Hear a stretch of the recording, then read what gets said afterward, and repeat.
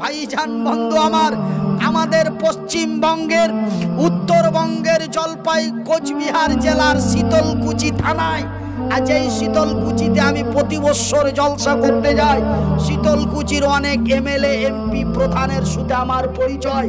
সেই শীতলকুচিতে এমন তেমন এমন 3-4জন যুবক বিদেশ থেকে আসলো ভোট দিব বলে, বিবি বাল বাচ্চাকে দেখবো বলে। ভাইজান তারা নিরীহ, কোনো তারা পার্টি করে না, কোনো পার্টি করে না, তারা নিরীহ গরিব ছেলে, তাদেরকে মিলিটারি দিয়ে গুলি করে মারা হলো। ভাইজান বন্ধু আমার, বলে কে মারলো, কে মারালো? আপনি যে বললেন তাদেরকে গুলি করে মারা হলো, তবে কে মারলো? ভাইজান বন্ধু আমার, কে মারালো এটা যদিও প্রকাশ না হয়, তবুও সিবিআই ময়না তদন্ত চলছে। কিন্তু কার্যকলাপে কথাবার্তাতে যা বোঝা যাচ্ছে, দিলীপ ঘোষের কথায় এবং রাহুল সিংহার কথায়, তাদের কথার পরিপ্রেক্ষিতে বুঝাচ্ছে যে কেন্দ্রীয় সরকারের অর্ডার মোতাবেক কেন্দ্র বাহিনী মেরেছে। মানে ওদের কথার পরিপ্রেক্ষিতে বলা হচ্ছে। কেন?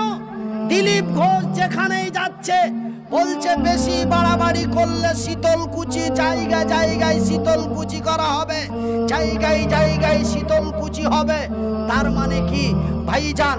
রাহুল সিংহা বলছে আরে 4 জনের জায়গায় 8 জন মরলেও অসুবিধে ছিল না, এই কথা প্রকাশ্য বলছে। ভাইজান বন্ধু আমার, আপনারা খবর রেখেছেন এই মুসলমানের উপরে কত বড় টার্গেট করেছে?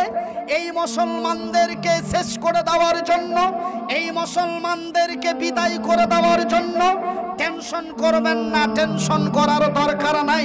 এই মুসলমানকে বিদায় করে দেওয়ার জন্য, এই মুসলমানকে পাকিস্তান বাংলাদেশ পাঠিয়ে দেবো বলে তারা এমনই চূড়ান্ত সিদ্ধান্ত চালিয়ে যাচ্ছে।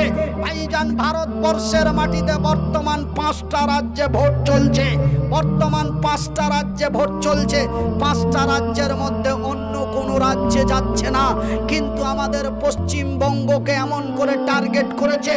অমিত শাহ থেকে নিয়ে, নরেন্দ্র মোদী থেকে নিয়ে, বিজেপির যত বড় বড় নেতা আজকে 2 মাস থেকে বাংলার মাটিতে পড়ে আছে। কিসের জন্য?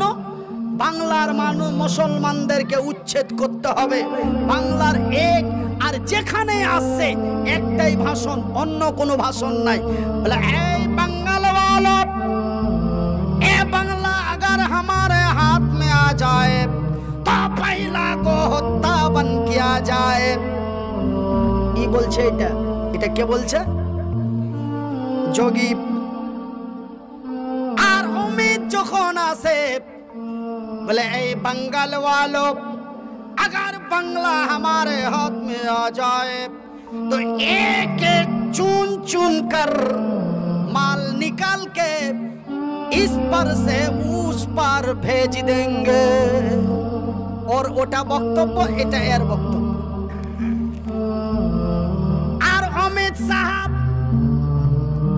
दिलीप घोष और राहुल सिंहार बक्तव्य हलो বেশি যদি বাড়াবাড়ি করো শীতলকুচির মতো করে গুলি করে মারব।